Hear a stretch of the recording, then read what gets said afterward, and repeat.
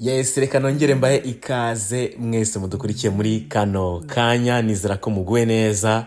Mbahe ikaze kuri Iris ariko hakurya y'imbibi z'u Rwanda.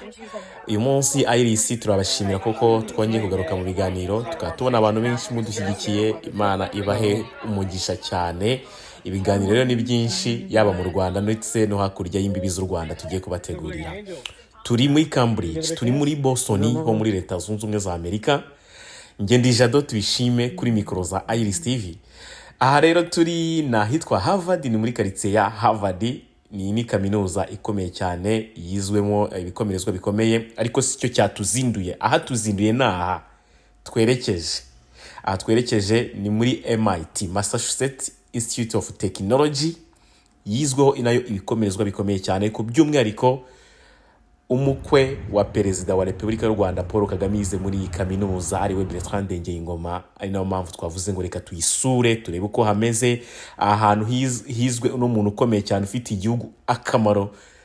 Ni hano hasagute, ntago twinjira cyane muri system y'amashuri n'iki amateka, ariko nukubereka endroit uburyo hameze movie yaho. Uyu ni Ingoma rero yahize akuru ubumenyi bumwicaje ku ntebe yo kuba ari umushefu wa technology ndetse na innovation muri Central Bank y'u Rwanda, ibintu bigira akamaro Abanyarwanda muri rusange.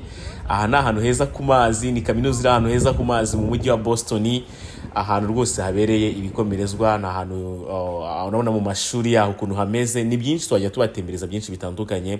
Aho ni ahantu bigira, ndabereka mwe imbere ukuntu hasa, mbereke hanze endroit yaho ukuntu hameze, ku buryo rwose gukuri. Kofi Anani rero umberetse yabaye umunyamabanga wawe ni kera, nawe yize muri no kaminuza.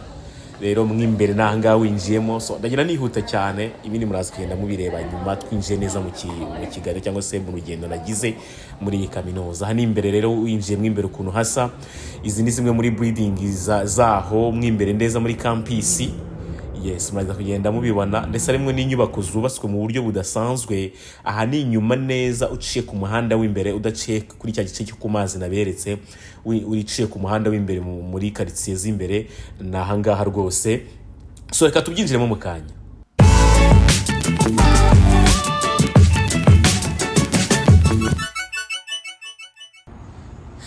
Iyi ni kamera ya Iris TV muri Leta Zunze Ubumwe za Amerika, muri state ya Boston, muri Cambridge i Massachusetts, ahaherereye no kaminuza ikomeye cyane ya MIT, kaminuza ya mbere ku isi yizemo umunyarwanda akaba umukwe wa perezida wa Repubulika y'u Rwanda. Reka mbanze mbivugaho gatoya kano kantu mbere yuko mbinjiza mu kureba ubwiza n'ubudasa bw'iyi kaminuza. Iyi kaminuza muri kubona yizwemo na Ingoma. Si ibyo gusa, yasize ahakoze agashya, abo umunyarwanda umwe rukumbi wabaye umuyobozi muri iyi kaminuza muri 2014. Uyu ni umujyi mwiza cyane w'amabengerane uvamwe university zikomeye muri enye za mbere ku isi, ariyo Harvard ndetse na MIT. Yizemo ibikomerezwa bitandukanye nka Kofi Anani muri MIT, Barack Obama, George Bush muri Harvard ndetse n'abandi benshi. Uyu mujyi mwiza cyane rero, Ingoma yakuye amasomo n'ubumenyi bumugize umuntu ukomeye ubu ngubu hano muri Leta y'u Rwanda, ahafite inshingano zikomeye mu buryo budashidikanywaho. Nagashya gakomeye k'umunyafrika, mu banyafrika bake b'abayobozi muri iyi kaminuza. Rero kugeza ubu nkuko nabigarutseho gato, Ingoma afite experience muri information technology mu myaka 15 yose, ndetse akaba n'umuyobozi wa technology na innovation muri Central Bank. Massachusetts ni university ya mbere ubu ngubu muri 2024, ni kaminuza ya mbere ku isi mu buryo budashidikanywaho, ndetse ikaba ni university n'ubundi ya mbere muri Amerika. So rero nkuko nabivuze 2014 yahabaye vice president mu banyeshuri bigagaho ngaho, aho bari bayobowe n'uwitwa Shuti Sharuma. Ngiye kubaha umwanya mwirebero bwiza, mutambagire agace k'iyi kaminuza mu buryo rusange, bwo namwe murasa kuduha amakomenti byinshi bitandukanye mwabonye.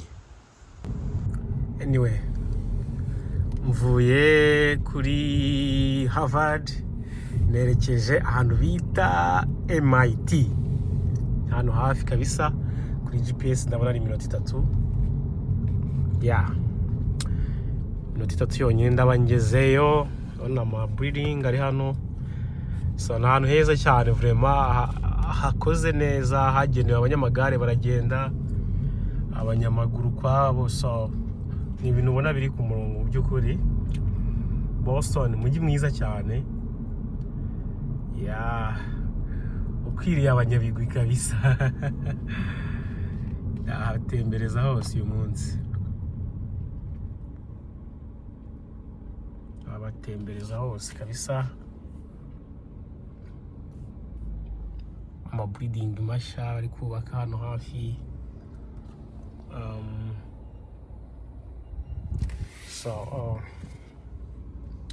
In half a mile, the destination is on your left, MIT. Now you visit kuri GPS. You will arrive at your destination. So, niba ndibone parking naho numva ko rigereje simbizi.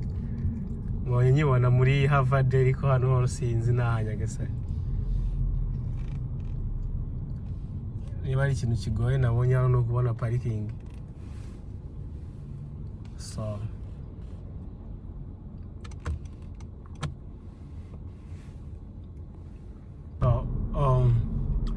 ko mbibona izi zose ni quartier za MIT. Ishuri ririmo aha rwose ntago ari kure hano. So ngiye gushaka ahantu mparika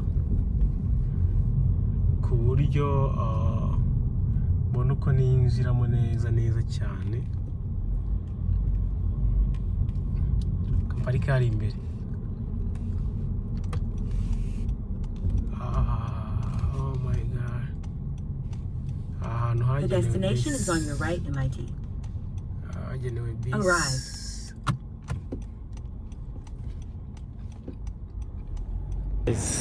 Mwahabona Massachusetts Institute of Technology University MIT. Ngira ngo muri kubona igisagara ituyemo.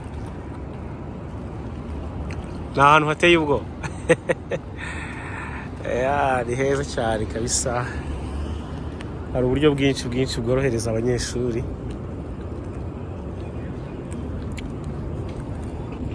Turayinjiye sasa. Nayo reka tuyisure, turebe ko hasa, mbereka amabuilding ayigize. Igaragara ifite amabuilding manini cyane agezweho. Par rapport ya Harvard yameze nk'amazu ya kera. Ubona ari hamwe atuje. Ariko hano muri MIT ndabona yuko harimo building ziri ku rwego ruhambaye cyane.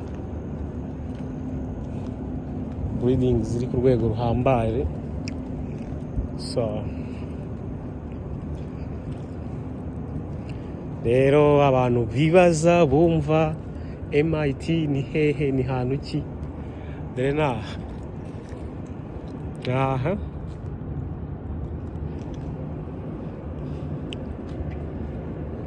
guys, hariza abantu bakomeye cyane, abahanga mu bwubatsi, muri technology, barize muri iyi si ya hano.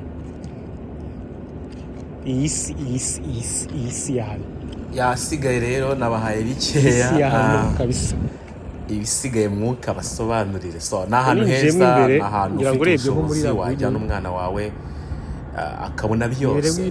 Ntabwo twinjiye mu ma rooms menshi kubera nta bushobozi cyangwa se n'uburenganzira twari tubifitiye, ariko ushaka kubona amakuru menshi ku bijyanye n'amashuri y'ibinyabigo byahize, amasomo batanga, ubushobozi buhari. So byose urajya kuri kuri Wikipedia ugasoma history, amateka, ugasoma ibyo ishuri ryose uko rihagaze.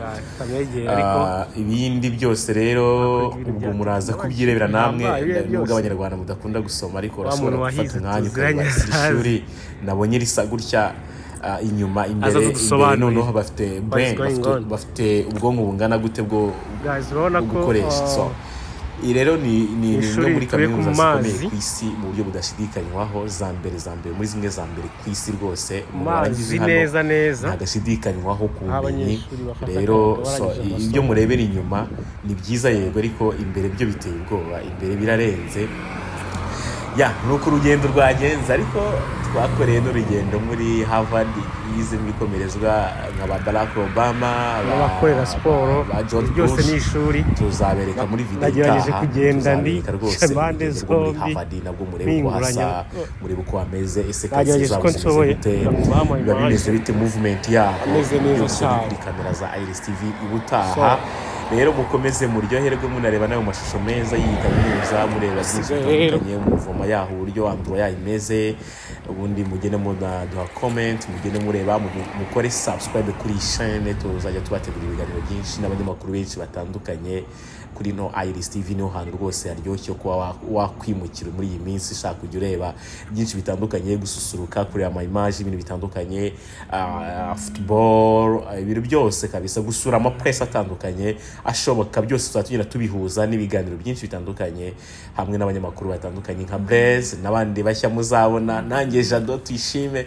so ni biraryoshye cyane mukomeze mugubwe neza ndabashimira muduhe comment muduhe ibitekerezo musharinge ino chaîne yacu Imana ibarinde kandi ibahaze byinshi muri buno buzima abameze nabi abatameze neza aho ubuzima butari kugenda ndabakomeje kandi pray hard musenge cyane kandi mufate mukomeze rwose Imana ifite ukuntu birandura bikagenda neza ciao ciao bye bye